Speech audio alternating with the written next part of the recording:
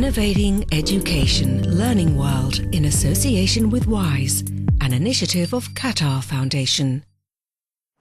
Success in business requires much more than just a university degree.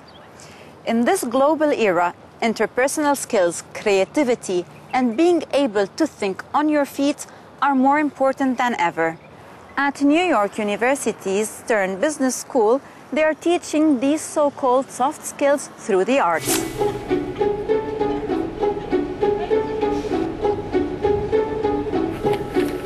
Believe it or not, these are future business executives learning to listen to each other.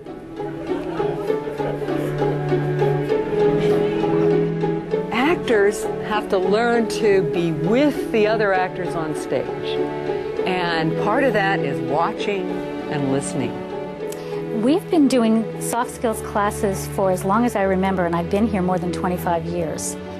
So we spend time during our orientation, right from the beginning, telling them that to be an effective leader, you need more than knowledge. NYU-Stern is an elite American business school and was one of the first to include soft skills in its MBA course. Once you put this on, everything that your body does is very telling. That we send so many signals with our body. I think to be really successful, a great soft skill to have is to understand others and to really try to read a lot of the nonverbal cues that people give. So I really feel like this class will give me an opportunity to understand that a lot better so that I can relate better to other people and be a good leader in the workplace. As economies around the world stumble towards economic recovery, the job market remains fiercely competitive. Many schools, as you have started programs to integrate creative thinking through the arts and through theater and so forth into their curriculums, including at business schools. It's not clear to me that this really actually affects people's ability to, to communicate more effectively, both in writing and in person. I think that's more of a characteristic that you develop sort of over time as a person. Name? Whether or not it's possible to teach them, everyone agrees that soft skills are vital in the workplace. Prior to Stern, I worked as a manager. The topic I was talking about, like taxation, is relatively dry. It's important to keep the audience engaged and make it as interesting as possible. So I think that will benefit me a lot.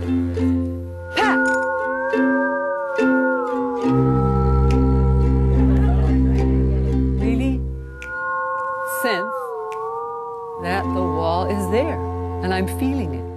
Learning from others' experiences is one of the most effective ways to ensure a sustainable business. In Ghana, Jana Nurmukhanova is an advisor at the NGO TechnoServe. She's passing on her knowledge to the African nation's future business leaders.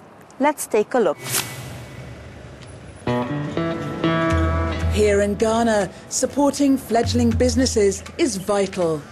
A national project to mentor new startups is called BBB.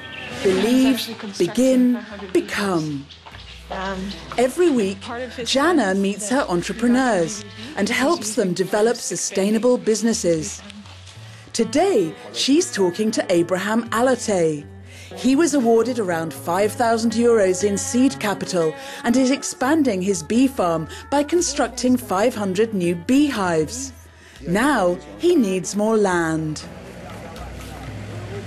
So before we would actually give you the funds for the land, we would need to see like a full report, like a full search document and due diligence document that shows, that you are the rightful owner.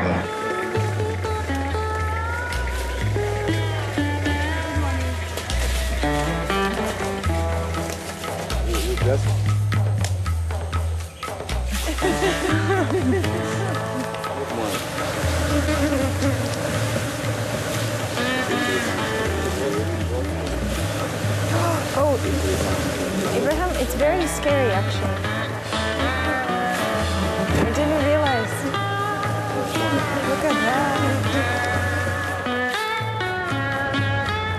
Out of 40 business plans submitted this year, 10 have been selected to have their own dedicated business advisor.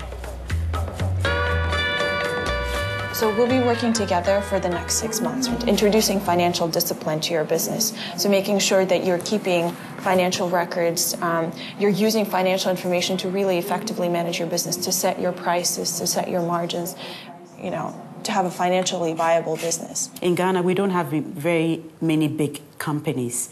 And so these small ones have to be nurtured to grow so that the whole country can grow as a result.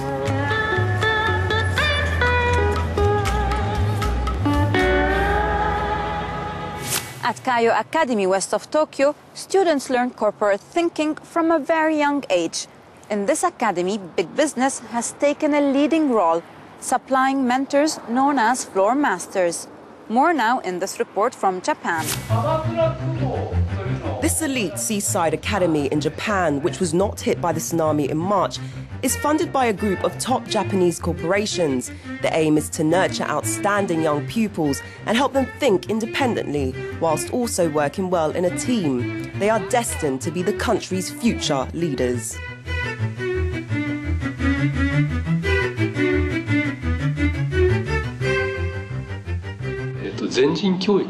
We're aiming at all-round education. We use a boarding school system, which is becoming rare now in Japan. The system uses floor masters who are single men in their 20s, who are sent to work here from top Japanese corporations. The floor masters support the younger pupils, taking on the role of older brothers, introducing them to the basics of corporate thinking in the Japanese business world.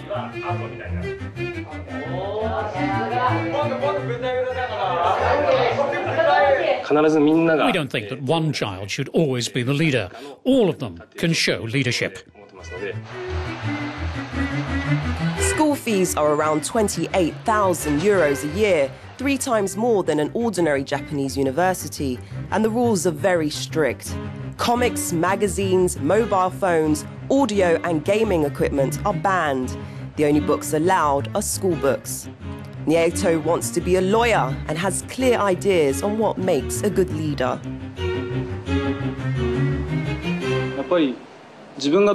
I think a leader knows what he wants and what his goals are. He knows how to get there.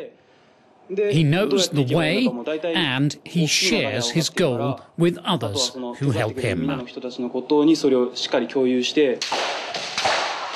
So far, this training is only available to boys and young men, but there are possible plans for the same school for girls and young women.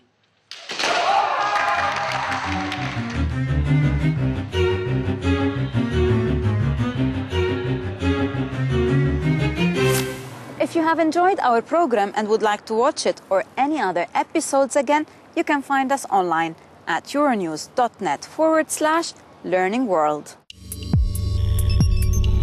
Learning World in association with WISE, an initiative of Qatar Foundation.